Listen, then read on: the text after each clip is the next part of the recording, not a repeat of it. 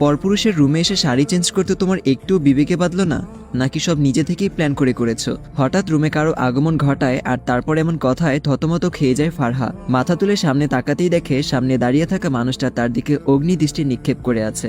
ভয়ে ও লজ্জায় মাথা নিচু করে আছে ফারহা। আজ প্রথম শাড়ি পরে বান্ধবীর বিয়েতে এসেছে ফারহা। আজ গায়ে হলুদ, বাকি সব বান্ধবীরাও হলুদ রঙের শাড়ি পরে এসেছে, তাই বাধ্য হয়ে ফারহাকেও পরতে হয়েছে শাড়ি। কিন্তু এখানে আসার পর দৌড়ে আসা একটা ছেলের সাথে ধাক্কা খেয়ে নিচে পড়ে যায় সে। ছেলেটা পেছনে না তাকিয়ে সোজা চলে গেল।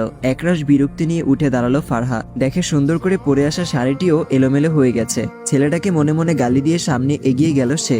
দেখে বাকি বান্ধবীগুলো আইরিনকে নিয়ে ব্যস্ত হয়ে পড়েছে, তার দিকে তাকানোরও সময় নেই তাদের। তখনই আইরিনের মা লতা রহমান তার কাছে এগিয়ে এসে সমস্যার কথা জানতে চাইলে ফারহা খুলে বলে সব। এক হাতে শাড়িটা ধরে আন্টির সাথে হাঁটা ধরল সে।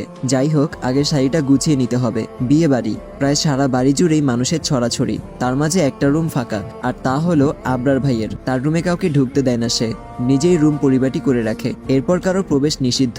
সেই সুবাদে আজও রুম ফাঁকা পড়ে আছে। তাই লতা রহমান তাকে আবরারের রুমে ঢুকিয়ে বলল, আবরার এখন বাইরে আছে, ও আসার আগেই চেঞ্জ করে নাও। ওর রুমে কেউ এসেছে, তা দেখলে তুলকালাম কাণ্ড ঘটিয়ে বসবে সে। নিরুপায় দৃষ্টিতে সাত পাঁচ না ভেবে রুমে ঢুকে শাড়ি ঠিক করতে লাগলো ফারহা। যেহেতু এই রুমে কারো আসা নিষেধ, তাহলে একেবারে নিশ্চিন্তে থাকতে পারে সে। সবশেষে একটু ঝুঁকে শাড়ির কুচিগুলো ঠিক করছিল, তখনই আবরার রুমে আসে। আর এসব কাণ্ড দেখে এত কথা শুনিয়ে দিল ফারহাকে। চুপচাপ মাথা নিচু করে দাঁড়িয়ে আছে ফারহা। আবরারের ভয়ে হাত কাচুমাচু করছে বারবার।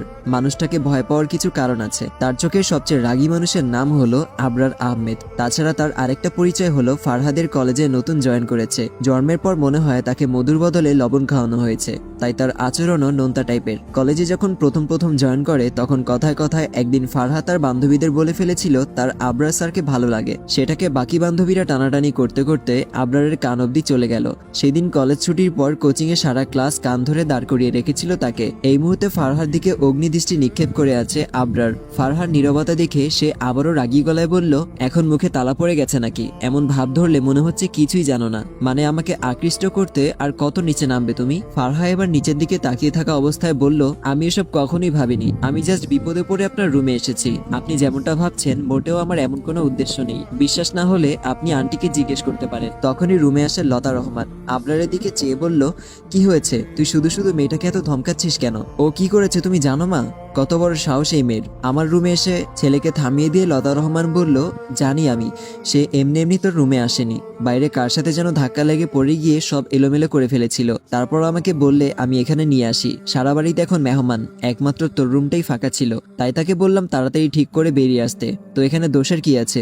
মেয়েটা বিপদে পড়েছে, তাই বাধ্য হয়ে এই রুমে নিয়ে আসলাম আমি। আবরার আর কিছু না বলে ফারহার দিকে মাথা তুলে তাকালো। কিছু না বলে চুপচাপ নিচের দিকে চেয়ে রুম থেকে বেরিয়ে গেল ফারহা। কি ভাবে সে নিজেকে? মুখ গোমরা করে চুপচাপ আইরিনের কাছে গিয়ে বসে বলে, থাকবো না আমি তোর বিয়েতে, এক্ষুনি চলে যাচ্ছি। বান্ধবীর বিয়েতে এসেছি, কারো অপমান সহ্য করতে আসিনি আমি। আইরিন তার দিকে চেয়ে বলল, তোর আবার কি হলো? কে অপমান করেছে তোকে? ফারহা একবার বান্ধবীদের দিকে চোখ বুলিয়ে নিল, কারণ আবরার স্যারের কথা বললে নির্ঘাত তাকে নিয়ে হাসাহাসি শুরু করবে সবাই। তবুও হাত কাচুমাচু করে বলল, কে আর? তোর সেই গুণধর ভাই। একটু বিপদে পড়ে তার রুমে ঢুকেছি, এতে কি এমন মহাভারত অশুদ্ধ হয়ে গেল? ফারহার কথায় মুখ চেপে হেসে উঠে আইরিন, যেন এক মহা জোক শুনেছে সে।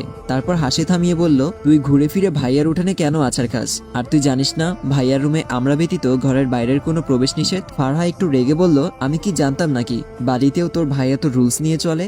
আইরিন আবারও হেসে বলল, ভাইয়ার অনেক রুলস আছে, ওগুলো না জানলে কি হবে ভাবিজি? না হলে তো পরে দেখা যাবে সারা জীবন ভাইয়ার হাতে মার খেতে হবে। আইরিনের কথায় হা করে হেসে ওঠে সবাই, যাতে রাগটা আরো বেড়ে গেল ফারহার। আইরিনের দিকে চেয়ে বলল, কানের 3 ইঞ্চি নিজ বরাবর একটা কষিয়ে খেলে তখন মজা নেওয়া বের হয়ে যাবে তোর। আর ভাবি ডাকছিস কাকে? আমি কি তোর ভাইকে বিয়ে করার জন্য বসে আছি নাকি?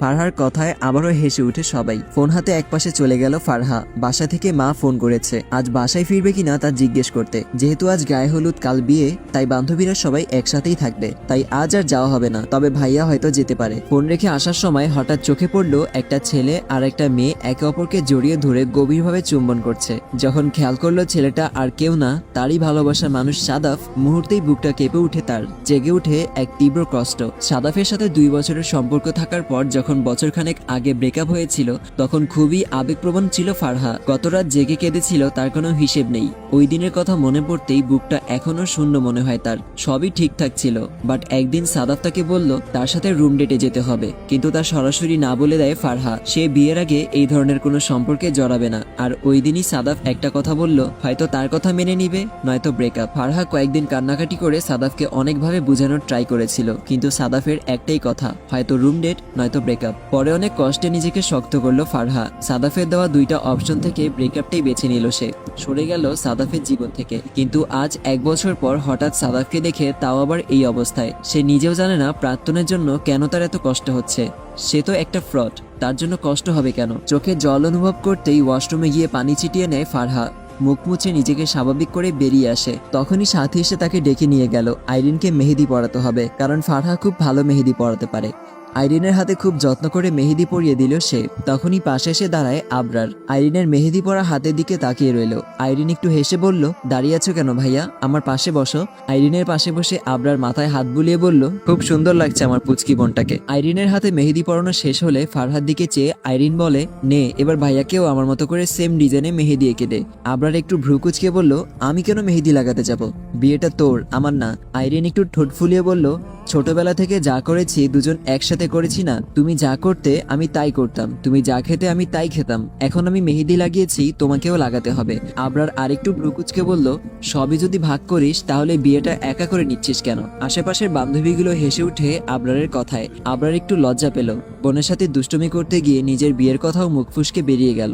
আশেপাশের হাস্যকর পরিবেশ দেখে রাগী দৃষ্টিতে তাকায় আবরার। মেয়েগুলো চুপ হয়ে যায়। কথা ঘুরাতে আবরার বলল, আচ্ছা ঠিক আছে, বোনের ইচ্ছা পূরণে আমিও মেহেদি লাগাতে রাজি। বলেই হাতটা একটু সামনে বাড়িয়ে দেয় আবরার। মনে মনে আইরিনের গুষ্টি উদ্ধার করে ফেলেছে ফারহা। একটু আগে এত কথা শুনে এই লোকটার হাতে মেহেদি পরানোর বিন্দুমাত্র ইচ্ছা নেই তার। আর এমনিতেই লোকটাকে দেখলে ভয়ে বুকটা ধুকধুক করে। আর ওই আইরিন শাকচুন্নি কত সুন্দর বুঝিয়ে বসিয়ে দিল মেহেদি পরাতে। এত ঠেকা পড়েছে নাকি আমার? ফারহাকে একটু আগে করা অপমান যেন মুহূর্তেই ভুলে গেল আবরার। মেহেদি পরানোর জন্য হাত বাড়িয়ে দিল ফারহার দিকে, কিন্তু ফারহা ভুলেনি কিছুই। মুখ ঘুরিয়ে অন্যদিকে তাকিয়ে রইল। আইরিন ফারহার কাঁধে আলতো ধাক্কা দিয়ে বলল, কিরে কোন ধ্যানে আছিস? সেম আমার ডিজাইনটা ভাইয়াকেও এঁকে দিবি। নিরুপায় হয়ে মনে মনে আইরিনের গোষ্ঠী উদ্ধার করতে করতে এক হাতে আবরারের হাতটা ধরে অন্য হাতে মেহেদি আঁকা শুরু করলো ফারহা। আঁকার সময় আইরিন তাদের দিকে এক দৃষ্টিতে তাকিয়ে থেকে বলে, খুব মানাবে দুজনকে। ফারহা মাথা তুলে আইরিনের দিকে চোখ বড় বড় করে তাকায়। মানিজ্জত যেইটুকু আছে ওটাও খাবে নাকি এই মেয়ে? ফারহার এমন লুক দেখে আইরিন হেসে বলল, আরে আমি তো ভাইয়া আর আমার দুজনের মেহেদির ডিজাইনের কথা বলছি। খুব মানাবে ভাইয়ার আর আমার মেহেদির ডিজাইনটা। ফারহা নিজের বোকামিতে একটু লজ্জা পেলেও তা প্রকাশ করলো না। চুপচাপ বলল, ও ফারহার ভাই ফারদিন। ফারহা আর সে একসাথে এসেছিল। ফারদিনকে সন্ধ্যা থেকে দেখা গেলেও এখন রাতে হলুদ লাগানোর মুহূর্তে কোথাও নেই সে। ফারহা এদিক সেদিক খুঁজে ফারদিনকে না পেয়ে ফোন দিল। 2 বার রিং হতেই ফোন রিসিভ করে ফারদিন। ফারহা বলে উঠে, সবাই এখানে তোমাকে খুঁজছে, আর তুমি কোথায় গেলে ভাইয়া? আর আবরার ভাইয়া ফোন দিচ্ছে, তুমি ফোন ধরছো না কেন? ওপাশ থেকে শান্ত গলায় উত্তর এলো, ভালো লাগছে না রে ফারু, তাই বাসায় চলে এসেছি। মানে কি তুমি বাড়ি চলে গেলে? হ্যাঁ ভালো লাগছে না, তাই কাউকে বলে আসারও ধৈর্য পাইনি। তোরা এনজয় কর, আমার ভালো লাগছে না, ঘুমাবো বাই। ফারদিনের কথার আগা মাথা কিছুই বুঝলো না ফারহা। ফোন রেখে আইরিনের কাছে এসে দেখে সবাই আইরিনকে হলুদ লাগাচ্ছে। ফারহা গিয়ে লাগাতেই আইরিনও তাকে লাগিয়ে দিল। ফারহা একটু অবাক হয়ে বলল, আমাকে লাগাচ্ছিস কেন? পাশ থেকে সাথী বলল, হলুদ লাগিয়ে দিলে তাড়াতাড়ি বিয়ে হয়। আইরিন তো আবরার স্যারকেও হলুদ লাগিয়ে দিয়েছে। ফারহা একটু অবাক হয়ে বলে, এসব কি আইরিন? আইরিন একটু হেসে বলল, তেমন কিছু না, তোর আর ভাইয়ার বিয়েটা যেন তাড়াতাড়ি হয়ে যায় তাই। ফারহা লাভ দেওয়া কথার মতো বলে উঠল, জীবনেও না, তোর ভাইয়ের মতো ঘাটতে রাখে আমি তো দূরে থাক, জীবনেও কোনো মেয়ে বিয়ে করবে না। তখনই সাথীর ইশারায় ফারহা পেছন ফিরে আবরারকে দেখে একটা শুক্ল ঢোক নিল। সারা মুখে হলুদ মাখায় নাজেহাল অবস্থা। ভেতরে গিয়ে ওয়াশরুমে মুখ ধুয়ে নিল ফারহা। বের হতেই ওয়াশরুমের সামনে সাদাফকে দেখে থমকে যায় সে। পাশ কাটিয়ে চলে আসতে চাইলে সাদাফ দেওয়ালে এক হাত দিয়ে পথ আটকে দাঁড়ায়। ফারহা একটু রাগী লুক নিয়ে বলে, পথ ছাড়ুন আমার। সাদাফ বলল, হ্যাঁ ছাড়বো, ধরে রাখতে আসিনি, অনেকদিন পর দেখেছি তোমায়, কেমন আছো? ফারহার অস্বস্তি লাগছে খুব। বিরক্তি নিয়ে বলল, হ্যাঁ ভালো, পথ ছাড়ুন আমার। সাদাফ আরো ভালো করে আটকে বলল, সেদিন কিভাবে পারলে 2 বছরের সম্পর্ক শেষ করে দিতে?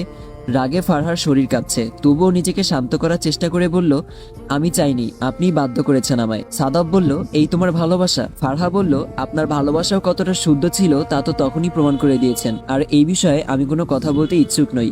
বলেই সাদাফের হাত ধাক্কা দিয়ে সরিয়ে দিয়ে সেখান থেকে হাঁটা ধরে ফারহা। সাদাফ সোজা হয়ে দাঁড়িয়ে তাকিয়ে থাকে ফারহার চলে যাওয়ার দিকে। হলুদ শাড়িতে খুব মানিয়েছে মেয়েটাকে, তার সৌন্দর্যের সাথে শাড়িটা পুরোপুরি মিশে গেল। আচ্ছা, ব্রেকআপের পর প্রাক্তনকে এত সুন্দর লাগে কেন? অনুষ্ঠান শেষ হতে প্রায় রাত 2টা বেজে গেল।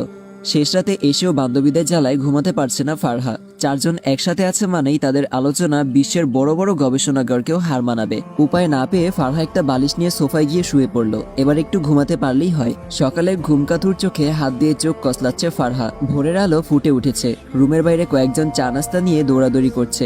বাকিরা হয়তো এখনো ঘুম থেকে উঠেইনি। আইরিন, সাথী, সুমাইয়া সবাই এখনো ঘুমাচ্ছে। 3 জন মিলে সারা রাত রুমটা একবার উল্টো করেছে, আরেকবার পাল্টা করেছে। এমন অবস্থা করেছিল 3 জন মিলে।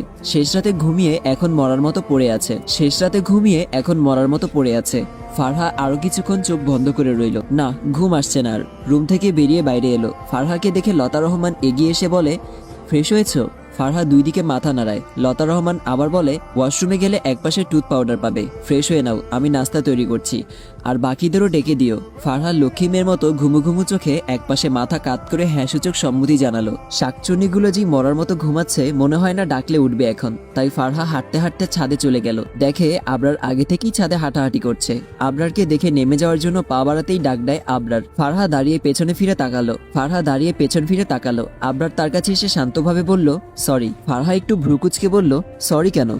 আবরার শান্তভাবে বলল, কালকের ব্যবহারের জন্য। ইটস ওকে, আমি কিছু মনে করিনি। আমি জানতাম না আপনার রুমে বাইরের কেউ প্রবেশ করাটা আপনি পছন্দ করেন না। আবরার আর কিছু না বলে অন্যদিকে তাকিয়ে রইল। ফারহা আবার বলল, আচ্ছা, ওই ছেলেটা আপনার কি হয়?